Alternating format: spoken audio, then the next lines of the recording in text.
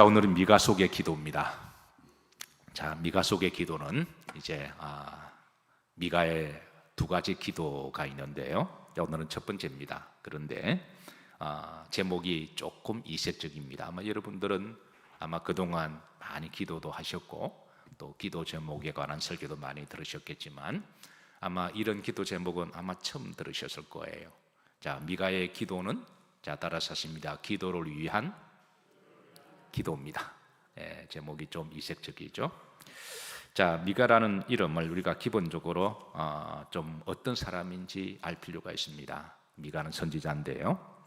이름 자체가 다소 의문을 던지는 이름을 가지고 있습니다. 자, 미가라는 말은 원래 히브리 말로는 원문에는 따라서 미가 야후, 야후는 하나님이죠. 그리고 미가는 하나님은 어떤 하나님이신가라고는 의문문을 가지고 있는 이름입니다.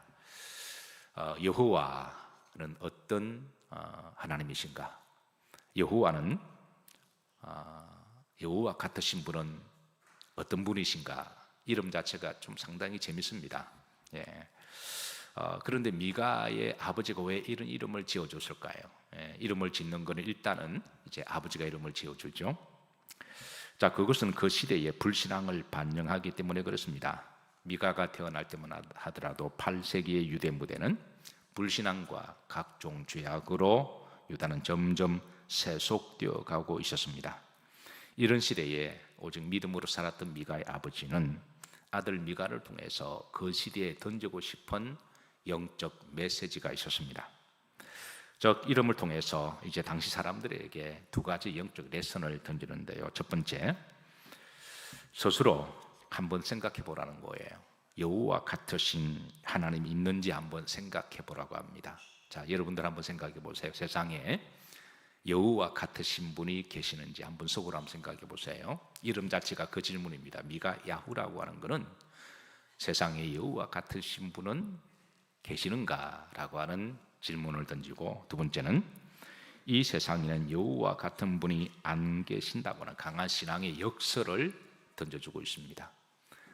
만약 여러분들이 오늘 이 밤에 곰곰이 생각하다가 세상에 여호와 같으신 분이 어디 계신가 한번 찾아보시다가 결국은 내린 결론은 스스로 세상에는 따라서 하십니다. 여호와 같으신 분은 안 계신다. 이게 강한 역설, 이것이 바로 미가 야후가 던지는 시대적 이제 질문입니다. 미가는 8세기 유다 왕국 무대에서 태어나고 활동을 했습니다. 그런데 많은 사람들이 우상을 섬기고 하나님을 떠나는 이들이 늘어났습니다. 국제적으로는 북방의 신흥 제국이었던 아수르가 점점 더 평창주의를 내세우며 전쟁으로 힘자랑하고 주변을 확장할 때입니다.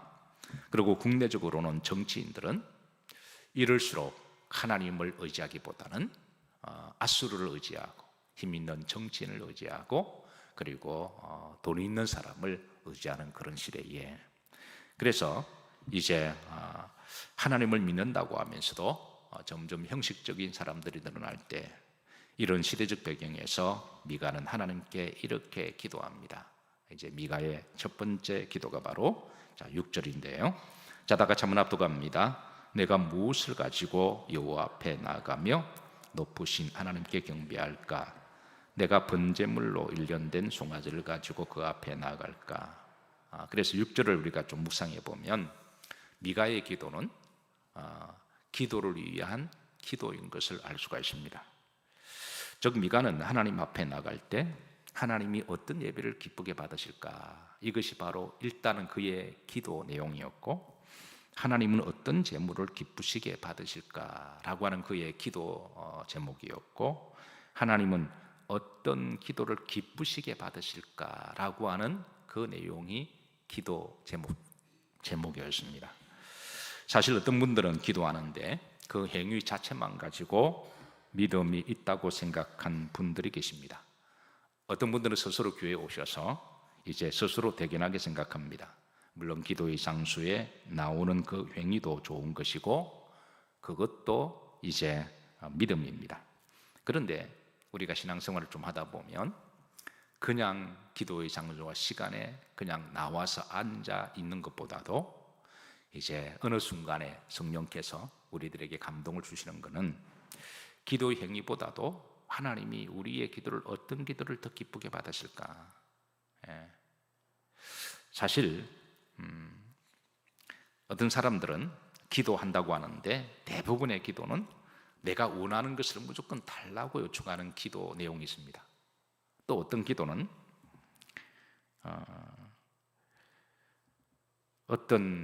내가 미워하고 싫어하는 사람이 있는데 그 사람을 심판해 주기를 바라는 그런 기도도 있습니다.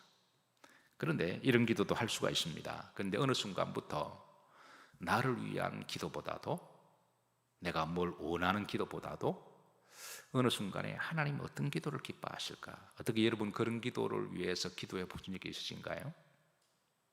네.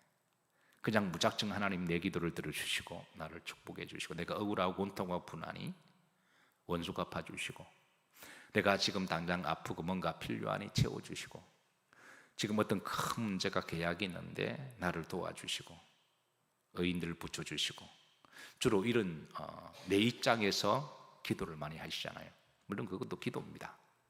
그런데 어느 순간에는 이런 기도보다도 하나님이 어떤 기도를 기뻐하실까?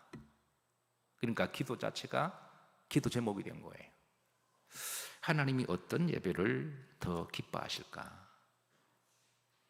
자, 6절 보십시다. 자, 이런 미가의 심정을 가지고 다시 한번 미가의 기도 내용을 한번 보세요.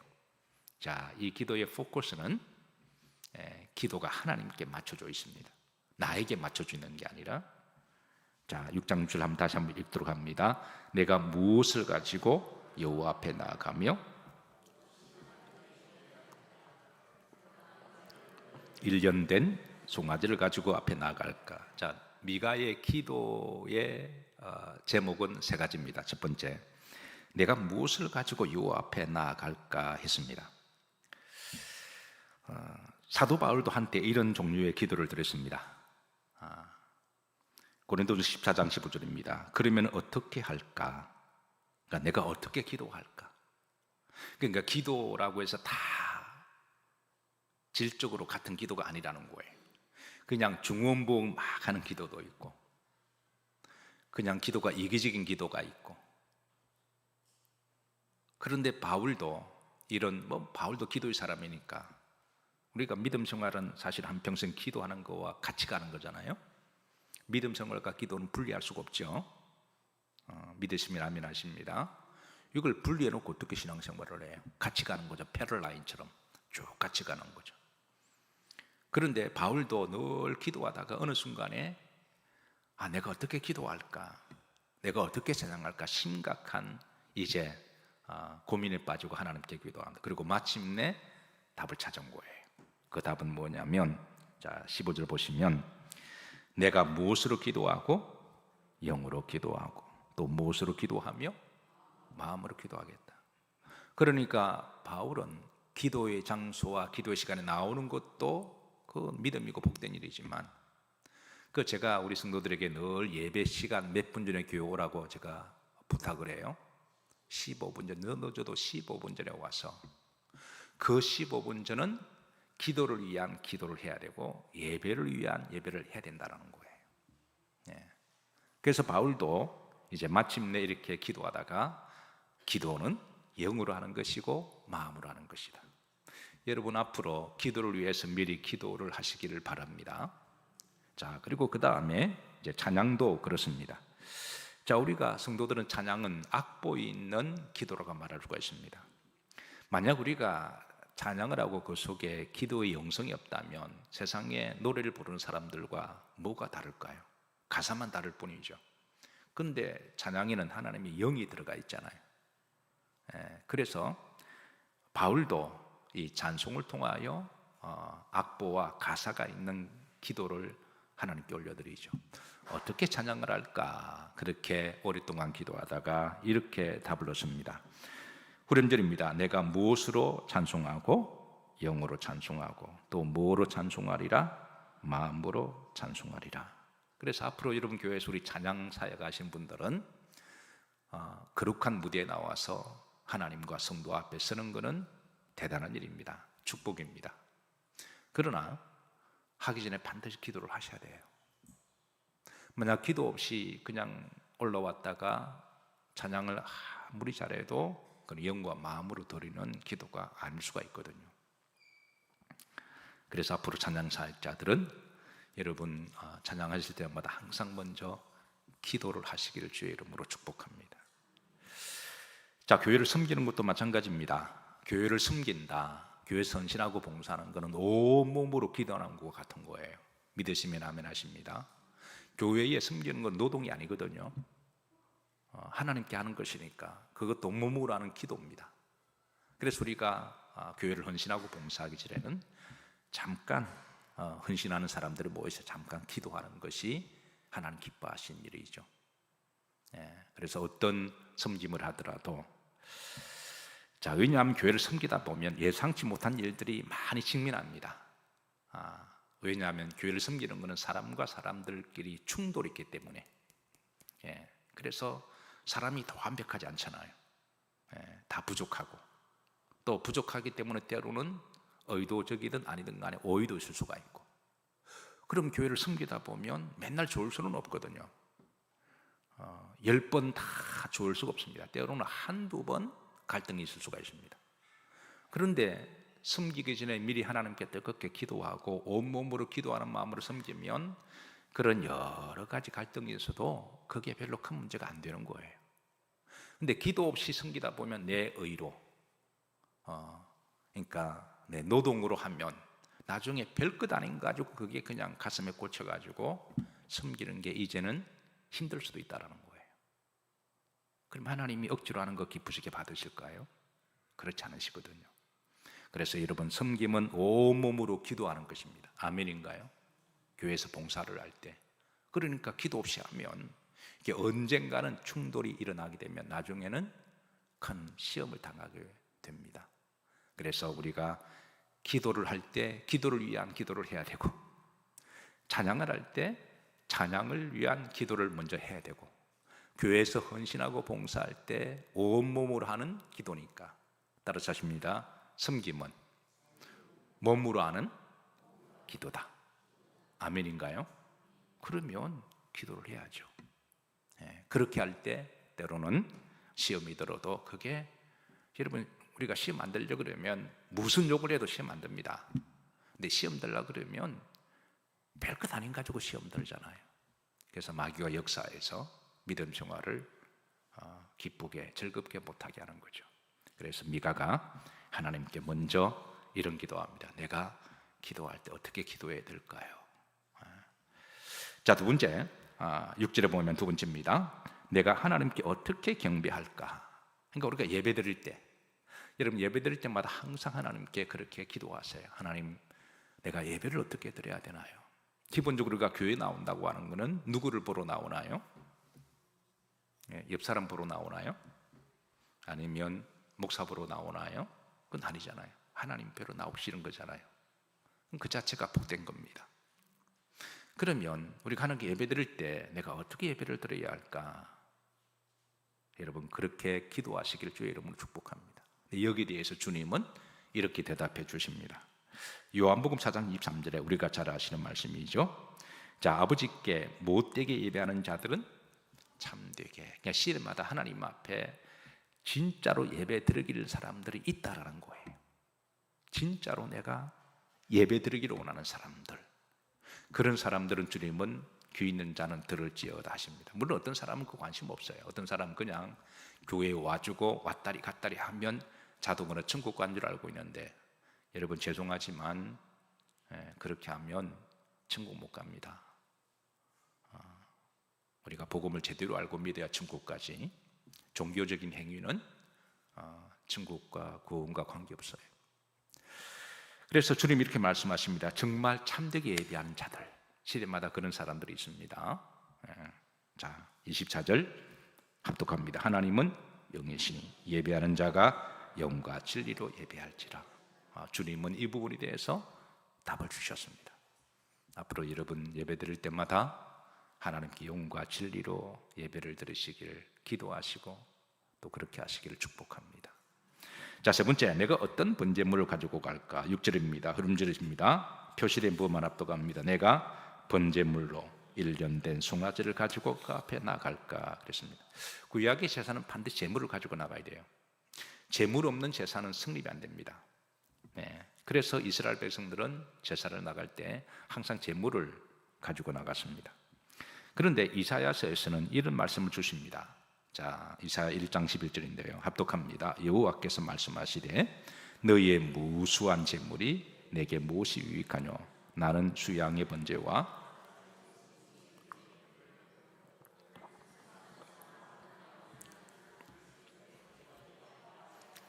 기뻐하지 아니하노라. 자, 이 말씀 오해하면 됩니다. 하나님은 예배를 받기를 원하시는데, 그러니까 예배를 드릴 때 잘못된 예배와 잘못된 제물을 기뻐하지 아니하신다라는 거예요. 사실 하나님께서는 구약에 이제 제물을 가지고 오라 할 때는 죄상은 사망이잖아요. 그렇다고 우리를 죽일 수가 없잖아요. 그러니까 우리 대신 우리 죄가 중과된 그 제물을 죽임으로 우리를 살려주시는 거잖아요. 그런 믿음이 나와 제물 사이에 분명한 신앙 고백이 있어야 됩니다. 그런데 그 제물이 죽어짐으로 말미암아 이제 나도 세상에 대하여 하나님이 죽기를 원하십니다. 죄에 대하여 죽기를 원하시고, 그리고 이전에 지었던 죄나 불신앙과 잘못을 하나님은 죽이길 원하시는 거예요. 그래서 우리를 죽일 수가 없으니까 하나님 누굴 대신 죽이시나요? 짐승이죠. 우리를 사랑하시니까. 그래서 우리는 제사가 끝나고 난 다음에 나갈 때 우리 육은 죽고 영은 살아나는 게 제사의 본질입니다. 그런데 제사를 드리는데 끝나고 나도 육은 죽지 않고 육이 살아서 나오면 그 제물의 죽음은 어떤 죽음이 될까요? 그건 헛된 죽음이 되는 거예요. 괜히 짐승만 죽인 거예요. 하나님은 짐승도 사랑하시거든요. 우리가 지난번에 이제 우리가 요나스 말씀을 봤잖아요. 하나님이 니누의 13만 명을 사랑하시고 거기에 있는 가축도 사랑하신다 그랬잖아요. 그러니까 하나님 모든 피조물을 다 사랑하시는데, 그런데 우리를 살리시기 위해서 어쩔 수 없이 하나님이 율법으로 만들어 놓으신 거죠. 그런데 우리가 그 제사법을 알지 못하고 제사를 통해 죽지 아니하고 다시 육이 살아서 나간다면 짐승은 헛된 괜히 짐승만 죽인 거예요. 그럼 하나님 마음이 얼마나 아프세요? 그 짐승도 하나님이 사랑하시는데, 그래서 하나님은 그런 제사를 기뻐하지 아니하신다라는 말씀입니다. 여러분, 이 미가서 말씀, 이사야 말씀 오해하면 안 됩니다. 제사가 필요 없다, 무제사주의자가 되면 안 돼요. 일본의 우찌무라 간자라고 하는 사람은 이런 말씀을 잘못 해석을 해서 무교회주의자를 주장하고 무제사를 주장하거든요. 그래서 신앙의 본질은 구약의 제물 대신에 신약에 오신 분이 누구세요? 예수 그리스도가 우리의 제물이 되셨잖아요. 주님이 나를 위해 죽으신 건 나의 죄 때문에 죽으시고, 그래서 우리는 예배를 드릴 때 예수님의 대속의 은혜로 예배를 드립니다. 그리고 우리가 예배를 잘 드렸다면 우리의 육은 죽어져야 될 줄로 믿습니다. 아니 100% 못 죽으면 그래도 90%는 좀 죽어야 되지 않을까요? 90%도 좀 못 죽으면 80%는 올 때예요. 그 성질과 쏘가지를 한 50%는 죽고 나가야지. 그렇지 않고 육이 살아서 들어왔다, 육이 살아서 나가면 예수님의 죽음은 십자가에 헛된 죽음이 된다라는 것이죠. 그런 죽음은, 그런 제물은 하나님이 기쁘시게 받으실 수 없다라는 그런 미가의 기도입니다. 이사야 선지자도 마찬가지입니다. 그래서 온몸으로 우리가 하나님 앞에 드리는 제사, 그리고 육은 죽어지는 제사. 그래서 미가는 6장 7절에 이어서 이제 이렇게 마침내 답을 찾습니다. 자, 미가가 오랫동안 고민한 이 영적 신앙에 대한 답을 7절 다 같이 합독하십니다. 여호와께서 전천의 수양이나 만만의 강물 같은 기름을 기뻐하실까? 내 허물을 위하여 내 마다들을 내 영혼의 죄로 말미암아 내 몸에 열매를 드릴까? 그러니까 미가는 결국은 내 몸이 산 제물이 되어야 된다는 거예요. 자, 믿으시면 아멘 하십시다. 애면 짐승만 계속 죽이지 말고 내 몸이, 그러니까 내 삶으로 하나님 앞에 제물을 드릴 때, 그러니까 제사 때 여러분이 다 제물이 되셔야 됩니다. 짐승을 죽일 때 원래 내가 죽어야 되는데 그런 마음으로 내 몸을 올려드릴 때 그때 우리의 삶에 어떤 변화가 오기 시작한다고 하는 거예요. 100%는 다 변할 수는 없지만 그래도 조금 변하다 보면 나중에는 좀 많이 변하지 않을까요? 예.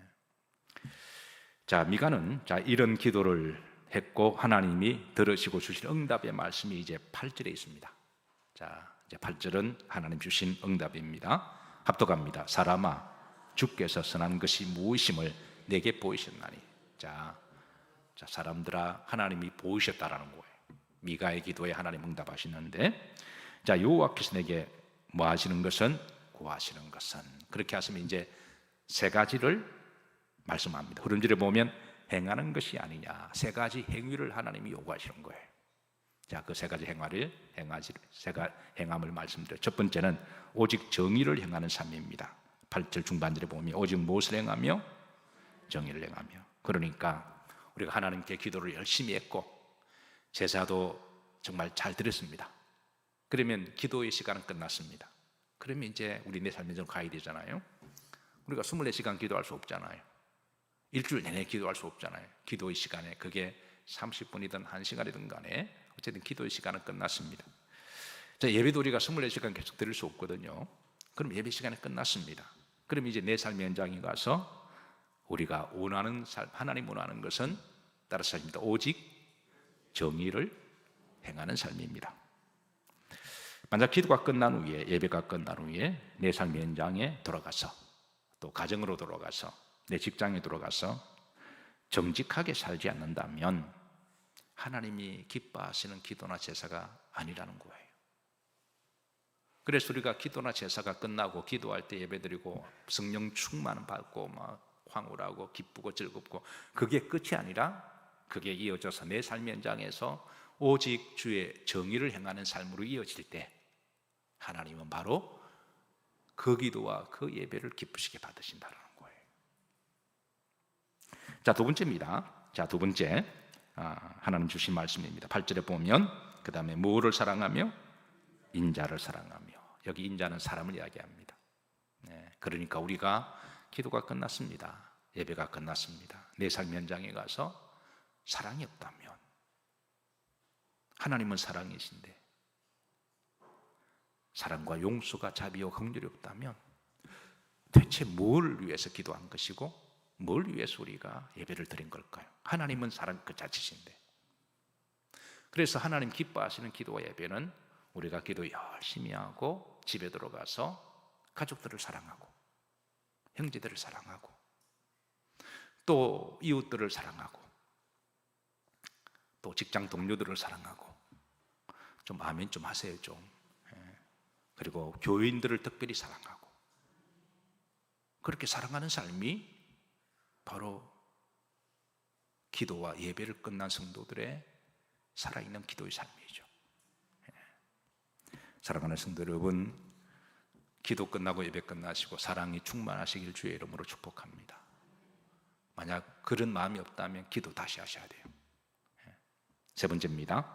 8절 흐름절입니다. 합독합니다. 겸손하게 내 하나님과 함께 행하는 것 아니냐. 그러니까 겸손하게 하나님과 동행하는 삶, 이것이 바로 하나님이 기뻐하시는 기도와 예배 후의 삶임을 가르쳐 주십니다. 자, 여러분, 겸손하는 게 쉬울까요? 어려울까요? 특별히 스스로 똑똑하다고 생각하는 사람들은 겸손하기가 참 쉽지 않습니다. 여러분 다 겸손하기 어려우시죠? 미국의 건국의 아버지라고 불리는 벤자민 프랭클린은 잘 아실 거예요. 건국의 아버지니까 뭐 대단한 분이죠. 실제로 그는 엄청난 업적과 또 많은 존경을 받았어요. 그런데 놀라운 것은 그가 학교를 다닌 기간은 총 2년밖에 되지 않습니다. 그의 전 라이프 가운데 학교를 다닌 기간은 총 합쳐서 2년밖에 안 돼요. 그러니까 학교를 거의 안 다녔다고 봐도 됩니다. 글자 제대로 읽거나 쓰지도 못할 정도의 학력입니다. 그런 그가 수많은 업적을 남기고 미국의 건국의 아버지로 평가받는데요. 그가 이러한 삶을 살도록 가지고 된 터닝 포인트가 있습니다. 그의 나이 22살 때입니다. 그때 그런 하나님 앞에 간절히 기도하면서 자신이 앞으로 어떻게 살아가야 인생의 로드맵을 딱 정합니다. 그 로드맵을 정하는데 그게 총 13가지로 정하거든요. 그리고 그대로 살려고 애를 쓰고 노력했습니다. 이 13가지의 그 인생의 신앙의 로드맵이 그를 위대한 사람으로 만드는 거죠. 워낙 유명한 로드맵이어서 이제 미국 사람들에게 다 알려지고 있는 그런 건데요. 자, 그 중에 제일 마지막이 겸손이 들어가 있습니다. 아마 맨 마지막 겸손이는 그만큼 어려워서 그러는지 몰라도 어쨌든 맨 마지막 겸손이 들어가 있어요. 자, 13가지 한번 보시죠. 그의 기도 가운데 깨달았던 13가지 로드맵. 자, 하나씩 좀 천천히 다 합독합니다. 절제, 침묵. 침묵은 말하지 말라는 게 아니라 남에 대해서 쓸데없는 말, 안 좋은 말 하지 말라는 그런 의미를 담고 있습니다. 말은 필요할 때 해야죠. 그런데 의외로 부정적인 말이 사람들이 많은 것을 벤자민 프랭클린이 본 거예요. 부정적인 말, 음담패설, 비하하는 말, 안 좋은 말, 그걸 한평생 안 하기로 작심했답니다.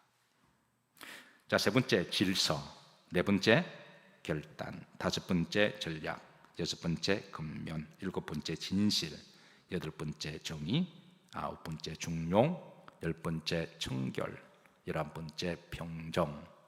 평정은 마음속에 늘 샬롬을 유지하는 걸 이야기해요. 늘 평안을 유지하도록. 12번째 순결, 그리고 13번째 겸손. 이 13가지가 오늘 미가가 고민했던 그런 응답의 그 내용도 다 들어가 있잖아요. 말씀을 정리합니다. 자, 여러분 앞으로 기도하실 때 기도를 위하여 기도를 조금 먼저 하시길 바랍니다. 예배를 드릴 때 예배를 위한 기도를 먼저 하시고, 찬양을 들으실 때 찬양을 위한 기도를 하시고, 그래서 이런 기도 위에 하나님 주시는 그 마음을 가지고 여러분들이 기도하시고 예배하시면 단언하건대 여러분의 기도는 달라질 것이고 여러분들의 예배는 달라질 것이며 여러분들의 예물도 달라질 것입니다. 그리고 예배 잘 들으시고 기도 잘 하셔서 끝나고 난 다음에 하나님이 원하시는 그 몸으로 하는 그 행함의 삶으로 이어지셔서 하나님 기쁘시게 받으시는 성도의 삶이 되기를 주의 이름으로 축복합니다.